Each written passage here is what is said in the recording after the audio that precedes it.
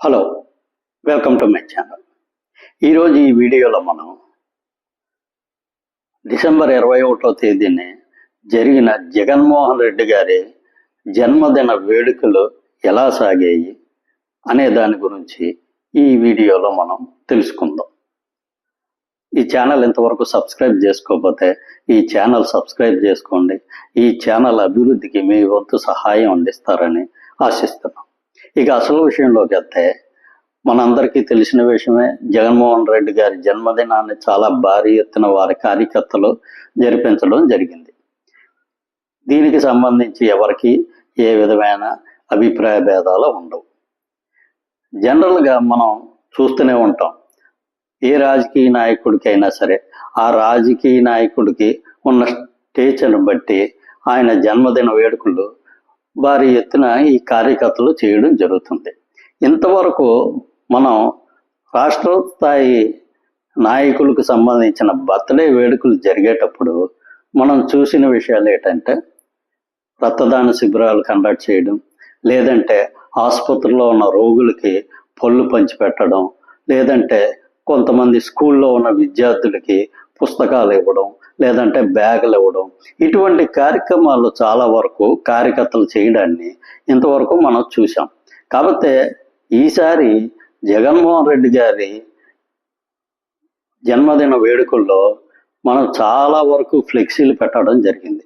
ఆ ఫ్లెక్సీల్లోనే వచ్చే ఎలక్షన్లో మా మ్యాజిక్ ఫిగర్ అయినటువంటి 88 దాటగానే గంగమ్మ తల్లికి ఒక్కొక్కరు తలకాయల్ని నరికి బలిదానాలు ఇస్తాము, లేదంటే రప్పారప్ప ఆడిస్తాము, ఇలాగా తీవ్రమైన పదజాలంతోనే ప్రజల్ని ఒక విధమైన భయభ్రాంతులకు గురి చేసే ఫ్లెక్సీలు పెట్టడం జరిగింది.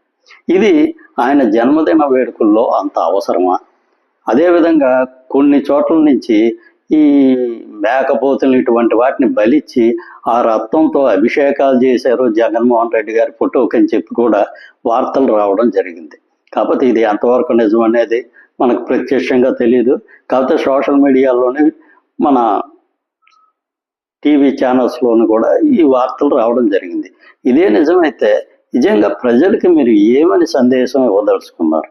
ఈరోజు ఒక నాయకుడికి సంబంధించిన జన్మదినోత్సవ వేడుకలు చేసేటప్పుడు పేదలకి, ఎవరికైనా అవసరం ఉన్న వాళ్ళకి ఏదైనా సహాయ కార్యక్రమాలు చేయడం ఇంతవరకు చూశాను తప్ప, ఇలాగా బెదిరించడాలు, లేదంటే ఈ రక్తాలతో అభిషేకాలు చేయడాలు, ఇలాంటివి మనం ఇంతవరకు ఎప్పుడు చూడలేదు.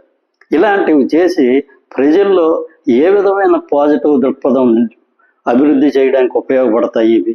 ఈరోజు ఈ కార్యకర్తలు అనే వాళ్ళు ఏమైనా ఆనందించవచ్చు ఇలాంటి స్లోగన్లు చేసుకొని.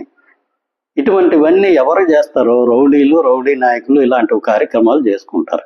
ఇలాంటివి చేయడం వల్ల ప్రజల్లోని తీవ్రమైన వ్యతిరేక భావం పెరగడానికి అవకాశం ఉంటుంది.